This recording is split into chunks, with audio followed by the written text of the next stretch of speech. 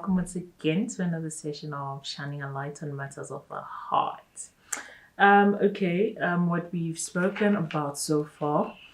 The first video was speaking about rewriting the wrongs in our minds that our environment has imprinted on us.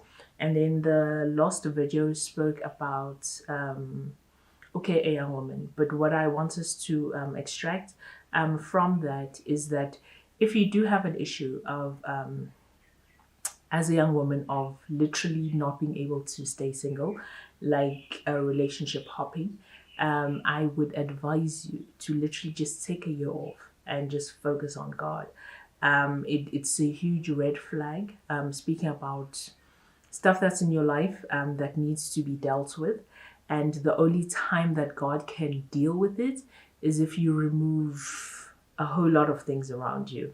And yes, we can never actually get the relationship right. So we're going to learn right now what's the way we can actually rewrite these things in our lives. Even in the year off we are taking.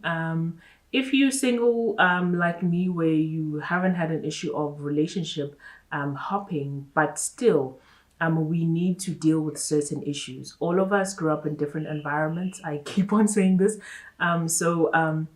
We have different things in our lives that can be hindrances for the future. One of the things that we all need to understand is the fact that marriage kind of shines a light on the flaws. It doesn't conceal them.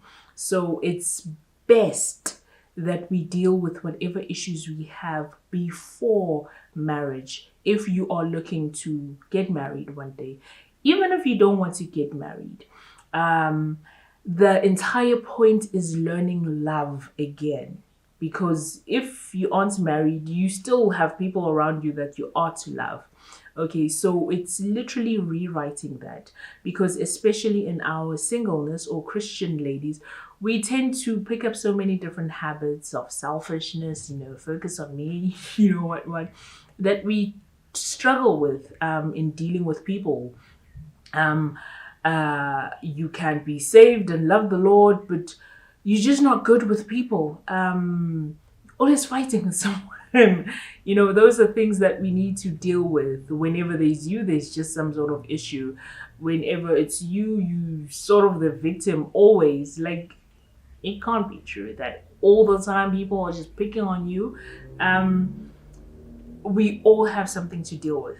And that's the entire point of this, that we are able to love as Christ loves his church. We are able to love one another. Last year we spoke about the different types of love.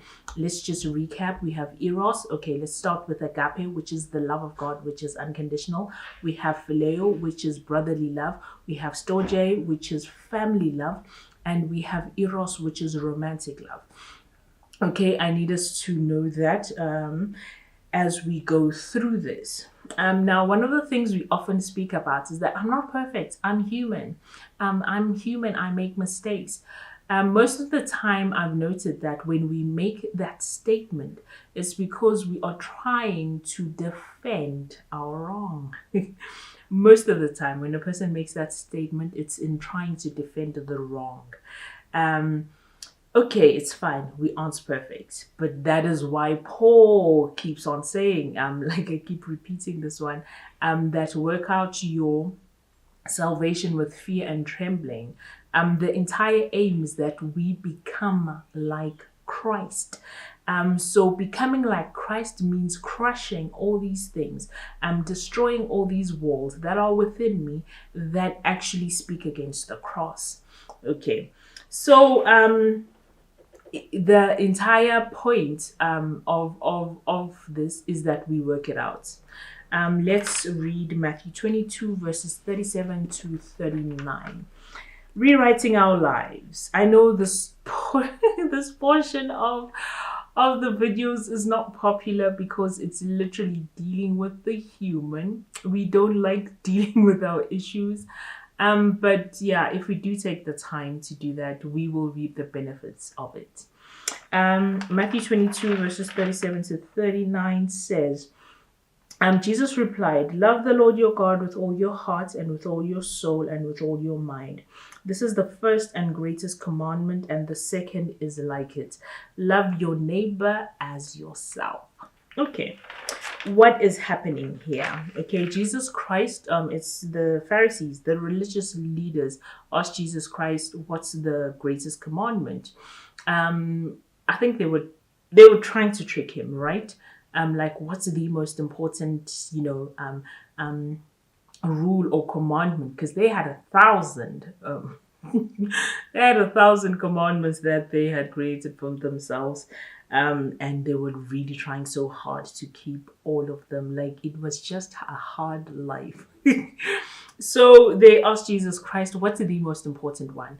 And Jesus Christ, being smart, like that man is smart, what he does is he literally just gives them two commandments, but in these two commandments are all the commandments in them. So he says, "Love the Lord your God with all your might and with all your heart and all your soul." And then the second one is love your neighbor. So if you love your neighbor, you're not going to kill your neighbor. You're not going to covet what they have. You're not, like, literally all the commandments. 5 of the commandments are covered in this one. And then the other one, love the Lord your God. That means you'll serve your God, no other God. It's literally just a summary, summarized in these. All the 10 commandments are summarized in these 2 commandments.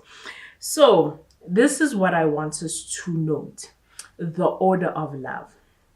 Okay, love God. He says, "Love the Lord your God." That means before we try and learn to love anything or anyone else, the first thing that we are to love is to love God. And agape rewrites. That's why I speak about taking a year off if you do have an issue with dating and whatnot. Taking a year off and waiting for God, like, let him rewrite that.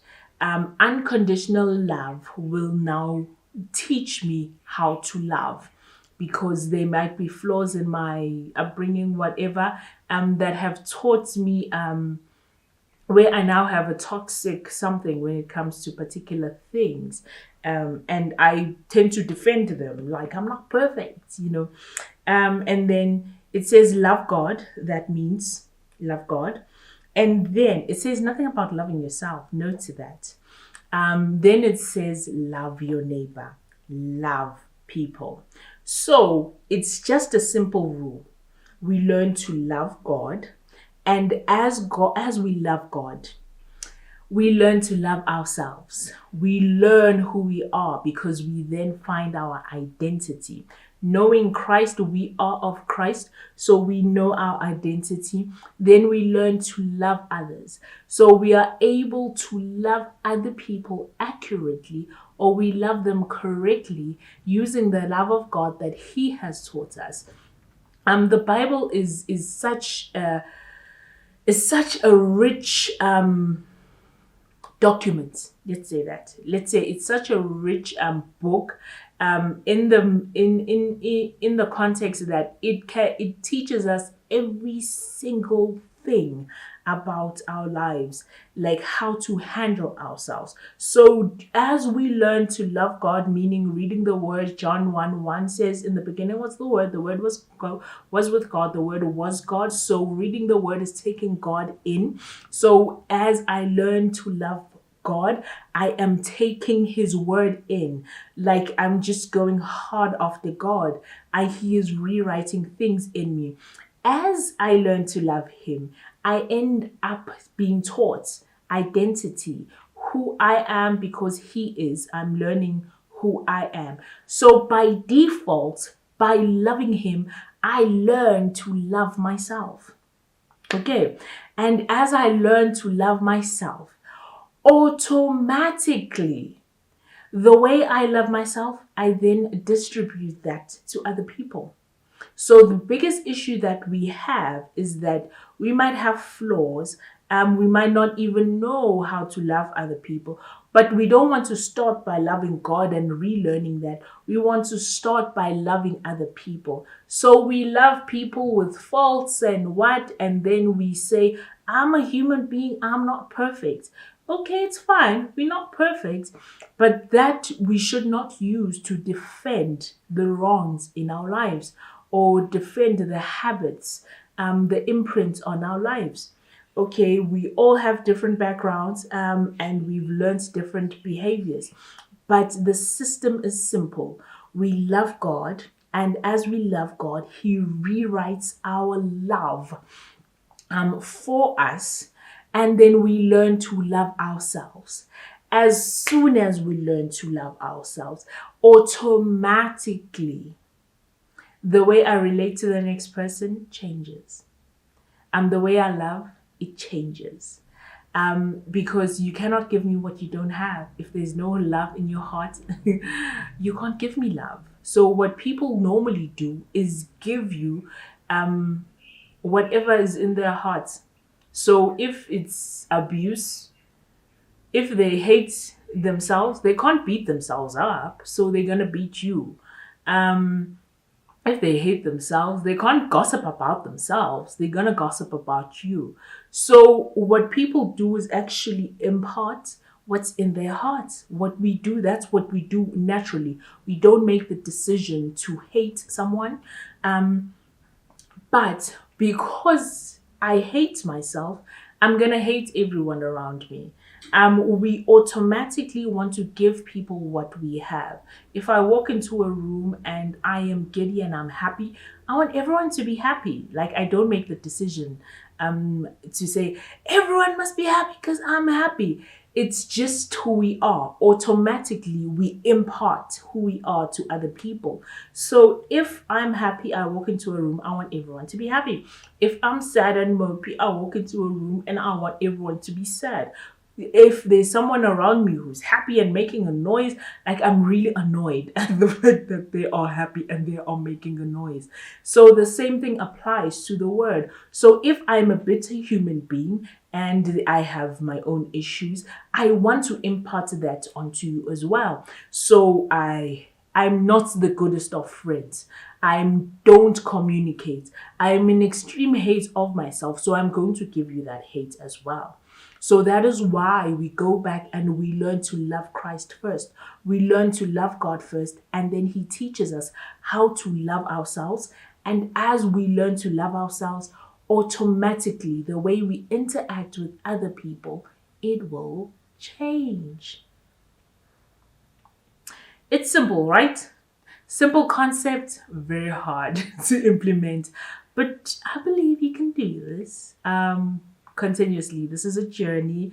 We take our time, we relearn things, but the whole point is that we shine a light on matters of the heart so that we improve, not just for the fun of it, not just so that we have videos to drop, but the entire point is that we build our faith, we improve in who we are, and we develop, and we are equipped in learning, and we are equipped in learning to love other people better.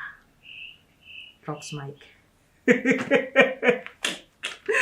See you in 2 weeks' time on Thursday.